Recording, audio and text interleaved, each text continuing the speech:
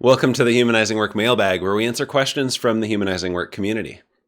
If you've got a question you've been pondering, email us at mailbag@humanizingwork.com, and we'll see if we've got a good answer for you. Today's question is one that came up while working with a client this week, and a variation of this question comes up really frequently in our classes in various forums.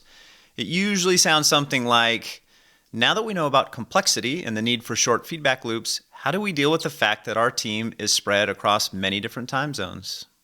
Yeah, we've had some clients, I don't know what the one you were teaching this week was like, where it's 12 hours or more of time zone offset, like That was the Pacific case here Coast, as well. US and India. Yeah. Yeah.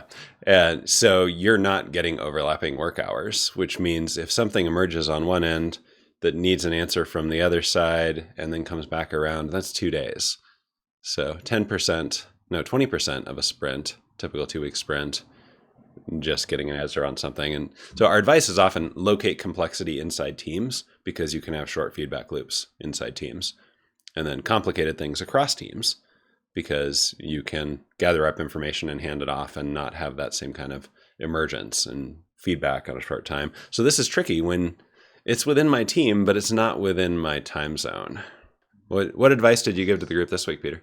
Well, I started by sharing that this was the exact scenario that I was in when our team first adopted Scrum in 2005-ish, where we had about 7 or 8 people in Hamburg, Germany, and about 15 or so people in Seattle. And so 8 or 9 hours? Yeah, about 8 or 9 hours. So there was a little bit of overlap, and we could make the overlap a little bit longer if we inflicted a little bit of pain for somebody, right? Like in Hamburg, they could stay a little late, and in the US, we could get up really early. Mostly it was Hamburg staying late if we wanted more overlap. And when we started out, the Hamburg team was new to our organization. We had essentially hired out an existing team from another company, and they had brought on their favorite people. And so it was a new team to us. We hadn't worked with them before, and we were adopting Scrum at the same time. And so we were kind of excited about the potential for using Scrum as a way to create some connection between the Hamburg folks and the Seattle folks.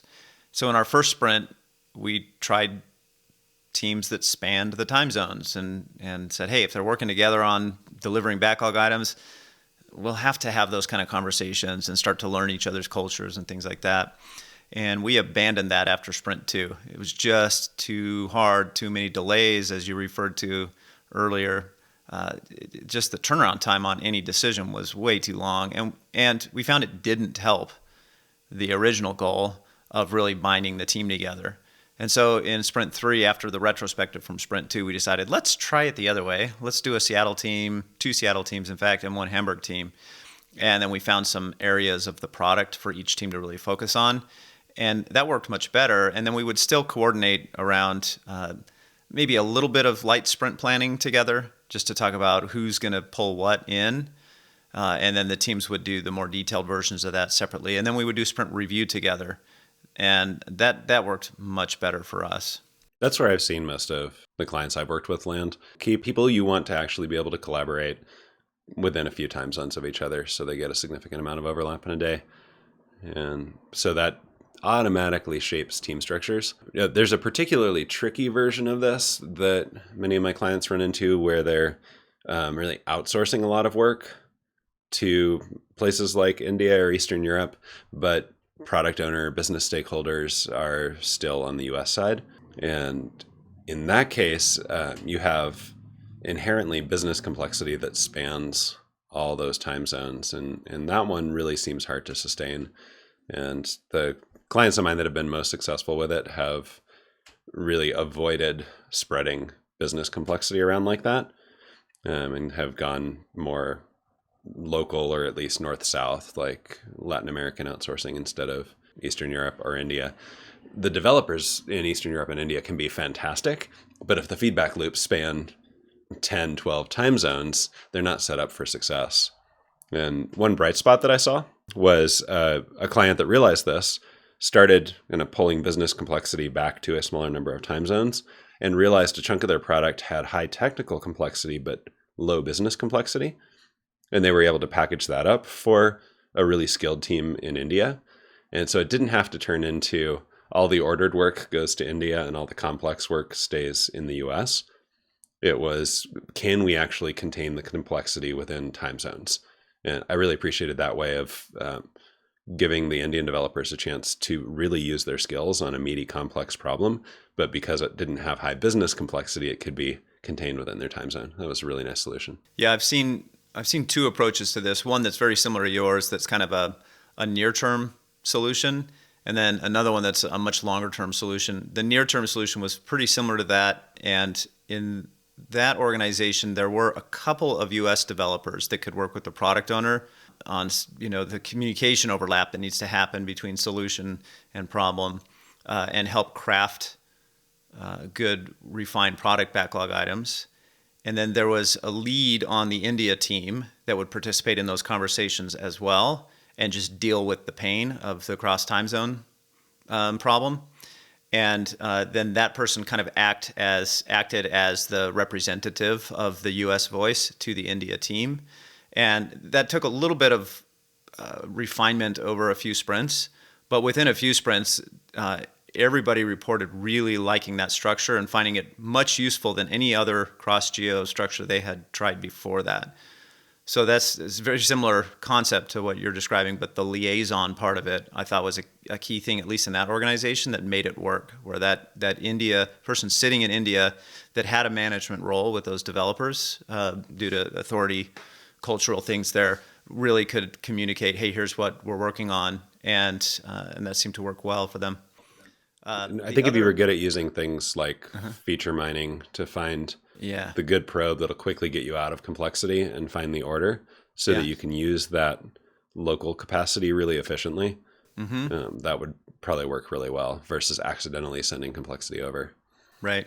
The other example that I've seen, which is a much longer term solution, is a team that was starting with really traditionally outsourced development and doing it in the traditional way, where they were getting tickets assigned to them to, execute this specific engineering task. And over time, they recognized that wasn't great. And this was an organization that actually did hire full-time employees, so it wasn't all contractors, which adds another wrench to the common pattern here. But over time, they started building up more and more business domain expertise in India. And it took them about, I think, 2 or 3 years of this before they finally said, all right, that person is going to be the official product owner on that team, and actually got a promotion job title of, senior product manager for this product, a fairly well-known product in this case, and somebody that had been with the company a long time, but also understood the customers really well.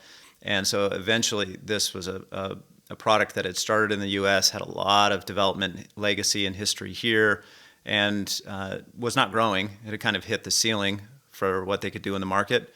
And so they decided to offshore development, and then over the course of a couple of years built up the product management and product ownership expertise there so that they could fully own it within that geography.